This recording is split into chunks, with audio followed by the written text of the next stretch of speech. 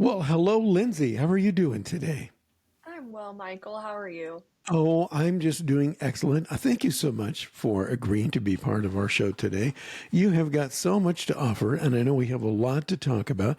I've already introduced you to the folks that you are with Proven Law in St. George, Utah, but you're also licensed to practice law in Utah, Arizona, and Nevada. Isn't that correct? Yes, and our firm has some attorneys licensed in California as well. Oh, good. Anywhere around Laguna Beach, Orange County area? Yeah, they cover the entire state remotely. Oh, this is good. This is good. So since we cover that same general area in Orange County around Laguna Beach, Dana Point, South Orange County, this is going to be good. So if you guys have any questions you want to speak with Lindsay or many members of her legal firm, you can reach out to me or we'll give you guys her phone number at the end of the show. So Lindsay, tell me a little bit about you first, about you personally, how you got started in the legal biz, and we'll just kind of take it from there. Off you go. Perfect. Thanks, Michael. So I am third generation attorney. My grandfather was a law professor at the University of Utah and practiced law in Salt Lake City, Utah. My dad is an attorney. It's a family business, and I work with them today, actually.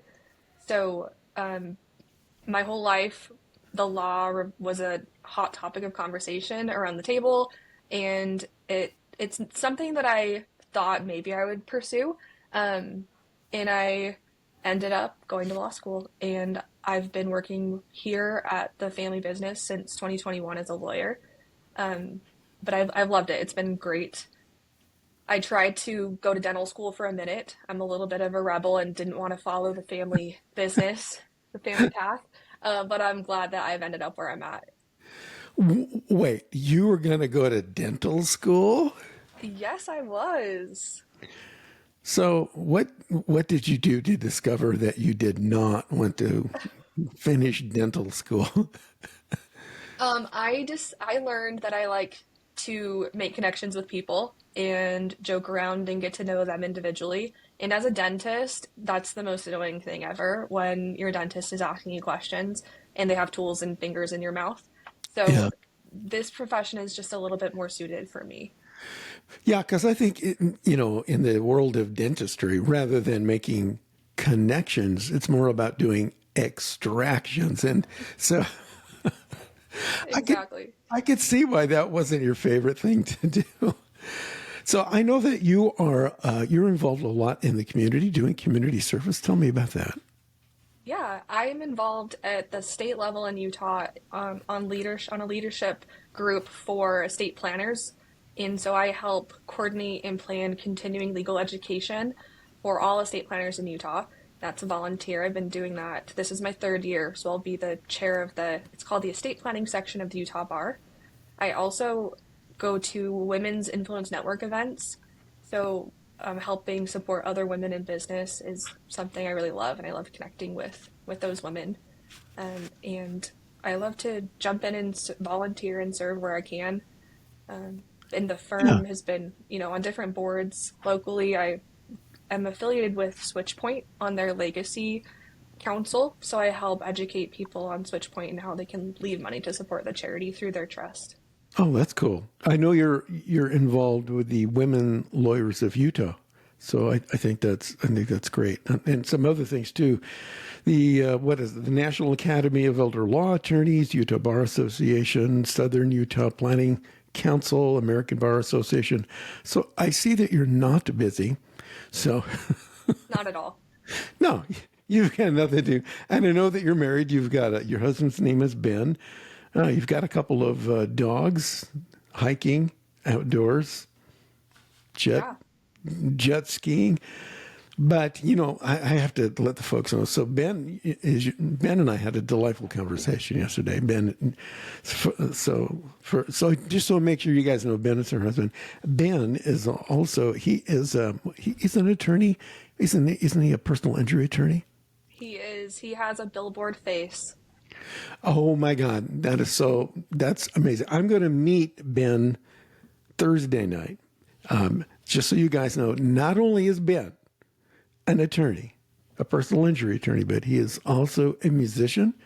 He plays guitar, he plays drums, and Ben and I are going to jam at the Blues Cats Big Jam on Thursday night. I've given Ben some homework. He's going to learn the drum parts to a couple of Jimi Hendrix tunes, and we're just going to go for it. So if you guys come on down, it should be a lot of fun. So I'm glad to see that you are a well-rounded young lady attorney, married to a musician. Oh, also as an attorney, which is cool. So I think that's great. So I know that your specialty is estate and tax planning. Give us some tips and advice on estate and tax planning. Where do I start? Okay. Tips and advice for estate and tax planning. I would say that there's a lot of misconceptions when it comes to estate and tax planning. Estate planning is the process of making sure your affairs are in order if you become incapacitated or if you pass away. Incapacity just means if you can't manage your stuff anymore, whether that's through accident or illness or something like that. And so we help people plan ahead to make sure that they're covered and that their loved ones are covered. So some of the worst things that happen are if you pass away and you don't have a plan in place, your creditors are potentially going to take a lot. The courts and legal fees can be very expensive, and it can be time consuming. So those people that have experienced probate, especially in California, can attest to how expensive and time consuming it can be. And so we can help people avoid that whole process through a trust. A lot of people, everyone needs an estate plan, whether you need a trust or a will or whatever. It depends on what you have. But I love to nerd out and talk about estate planning. I think it's really important from personal experience. So I'm glad I have you on today. You can probably answer some of my questions, which probably pertain to other people as well. But before my parents died, I think they did a really good job in setting up I guess it's an estate plan, and they had a will and trust.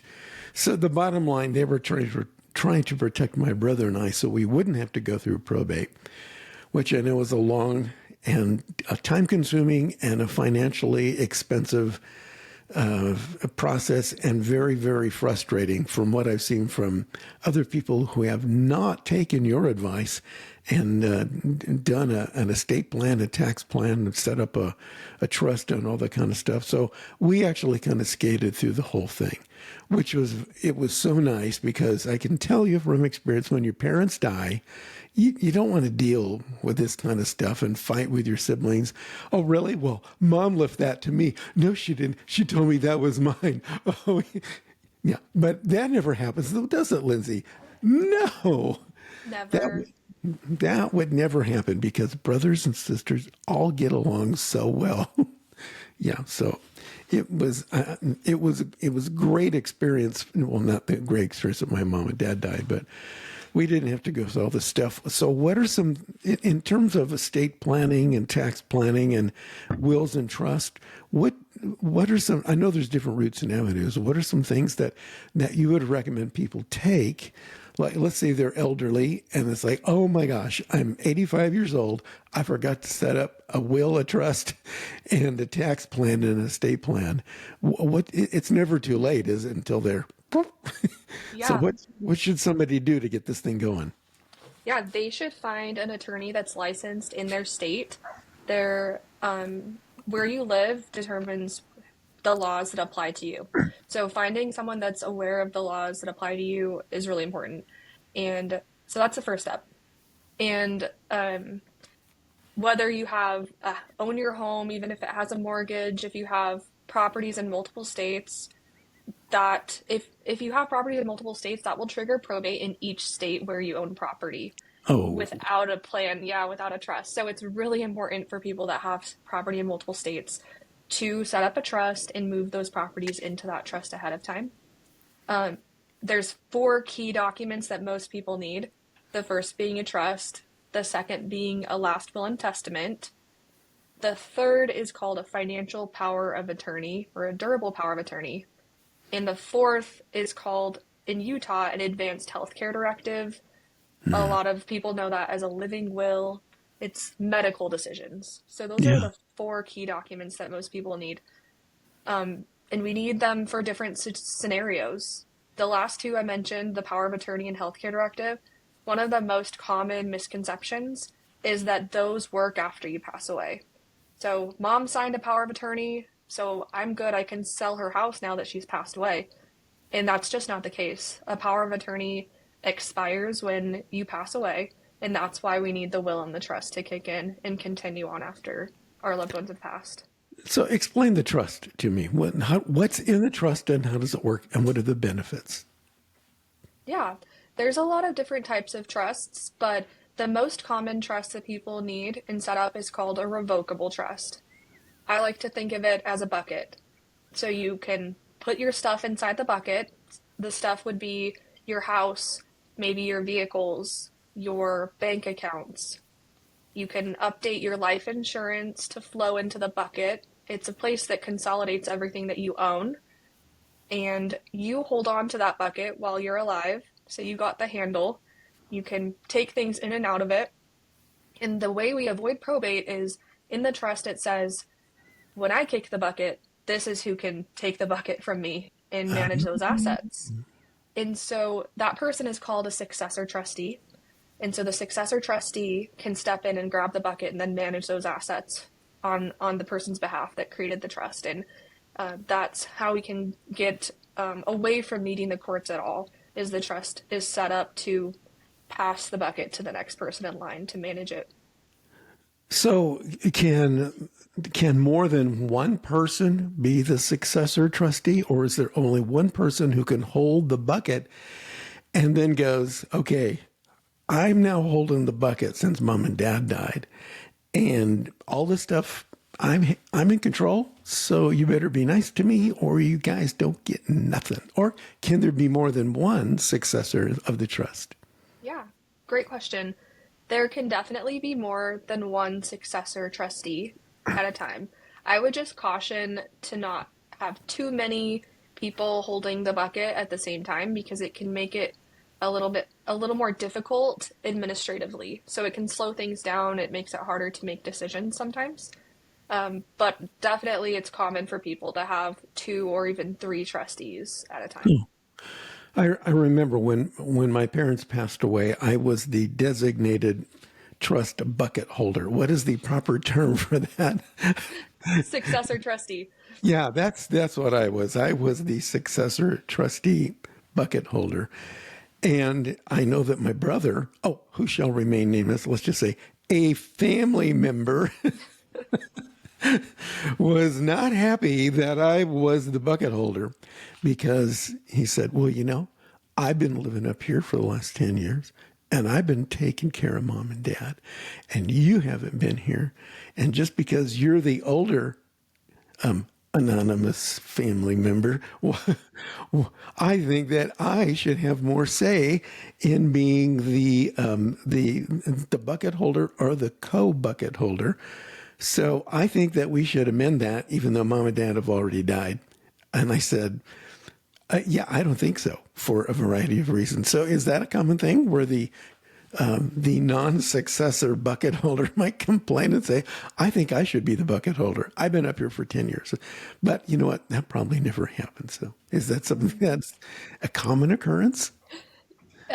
Yes, it's not the first time I've heard a similar story. It does happen.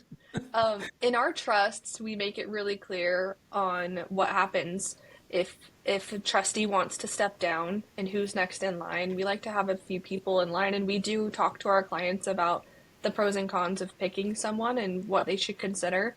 Some of those things include someone that's very trustworthy and that gets along well with others and is good at managing money, because those are the types of things that they'll need to be doing. But I'll say a lot of people that have been a successor trustee before, they're not vying for the position. It's not usually too bad, but it is a position where there's work to be done and they have to make sure they're following all the rules of the trust. And so it's an important position for sure. Yeah. Okay, I have another hypothetical trust question. We've got time for this. So let's say that the bucket holder, the successor in trust, and there are other people, siblings, etc., that are in the trust, but only one bucket holder. Let's say that the successor in trust bucket holder discovers that other people in the bucket, in the trust may have committed some type of nefarious activities, which included, but not limited to, that's a legal term, by the way, I guess it's included, but not limited to, with making unauthorized financial withdrawals from specific bank accounts, which are included in the trust, but were done prior to the parents actually dying. Now, what happens? Can the holder of the bucket go back and say, "Hey, person in the bucket, you made a bunch of illegal or unauthorized withdrawals from the trust. I think that you need to pay that money back before we do the split as designated by mom and dad." But that probably never happens, does it? Is that something Never. that, tell me about something like that. Yeah, it depends a lot on the amount of money and the reasoning behind it.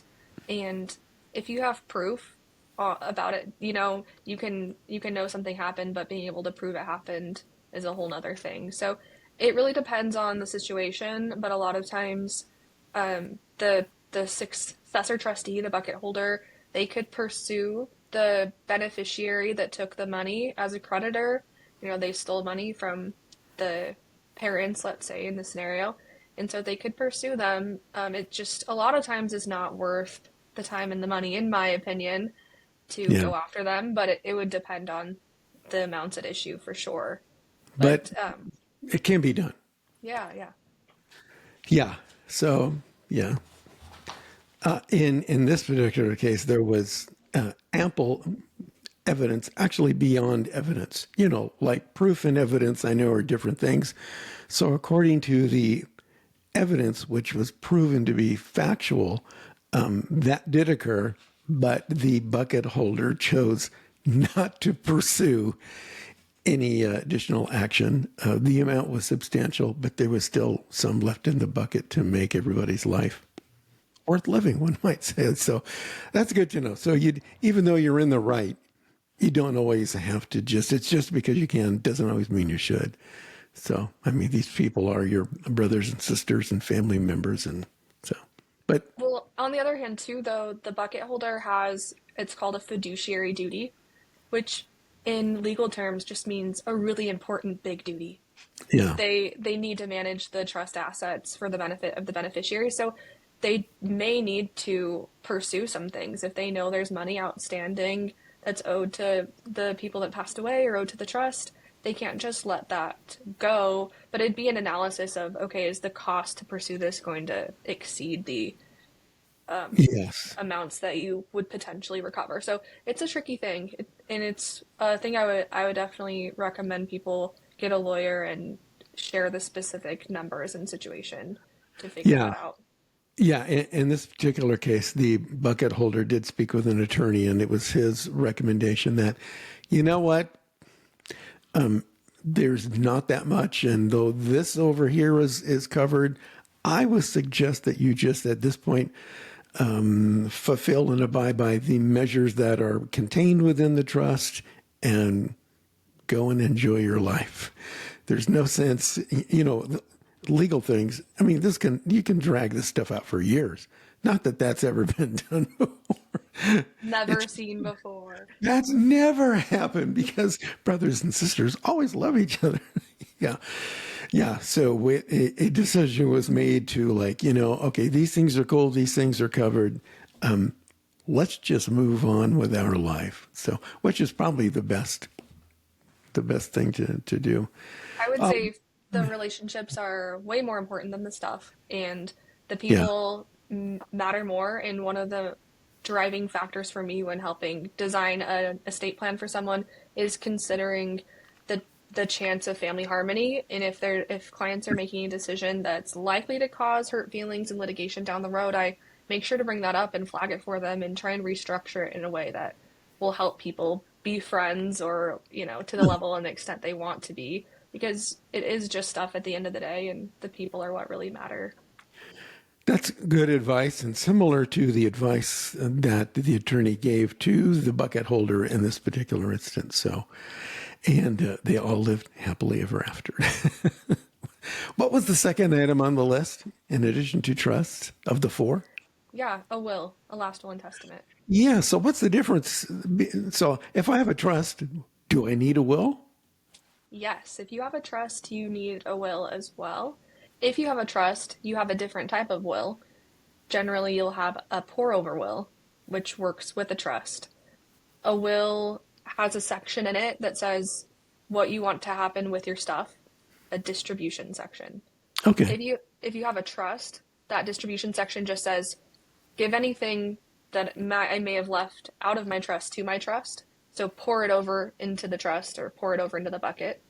So they work together. If you forgot an asset and that asset was left outside of the trust, we want to make sure everything ends up in the bucket. So it's a backup to the trust. If you have minor children, the will is generally where we list the guardian of those children who would finish raising them and take custody of your kids. But those are typically the two biggest things that we include in a will when we have a trust. Okay. So, all of these things go together.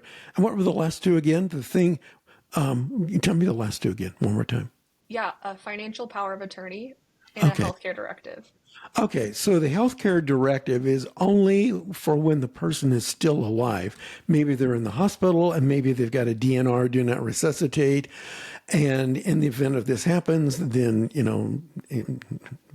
Joe Schmo over here has the ability to say, yeah, he or she does not want to be resuscitated, or yes, go ahead and you can administer this medication. That's what that's for.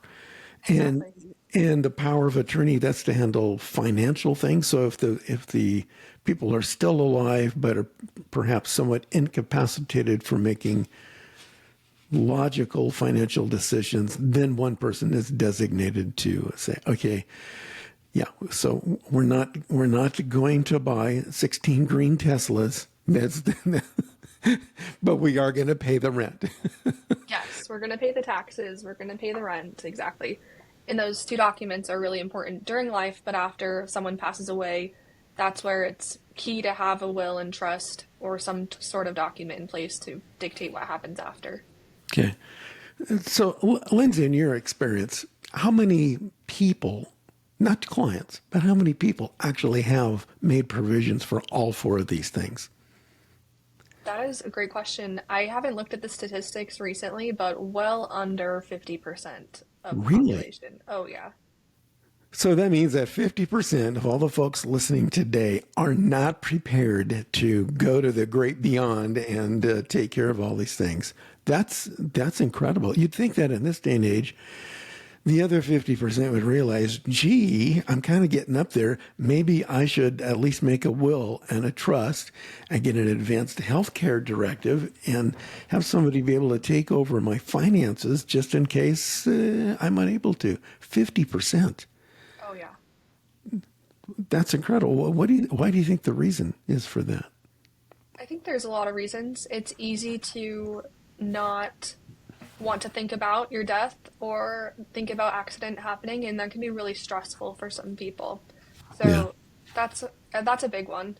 It's easy to put on the back burner, but Yeah. the problem is it's something that needs to happen, and you never want to need it, but none of us will make it out of this life alive, Yeah. unfortunately. That's true. So, Lindsay, in the last 3 minutes we have left here, I know you guys, this is a family-owned business. How long has the family-owned business been in business? Yeah, my dad started his own law firm in 2003, I believe it is. And so the firm evolved over the years and he rebranded it in 2020 to Proven Law, but he's been an owner of his firm since 2003. Wow. What do you think contributes to the longevity of this success in over 100 years in business? I would say that we put people first. Honesty is the most important thing, and treating people like family and doing the right thing every time are some of the things that my dad has instilled in me. Doing excellent work, not just going through the motions, making sure we are up to date on the laws and handling people's estates in the most comprehensive and best way to meet their goals. So, those of you who are regular listeners over the past 2 or 3 years, one of the underlying threads I found that is in every single successful business are two of the things that Lindsay just mentioned. Number one is put your customers first. Don't put money and financial gain first. That is the underlying success of pretty much all the business owners I talk to.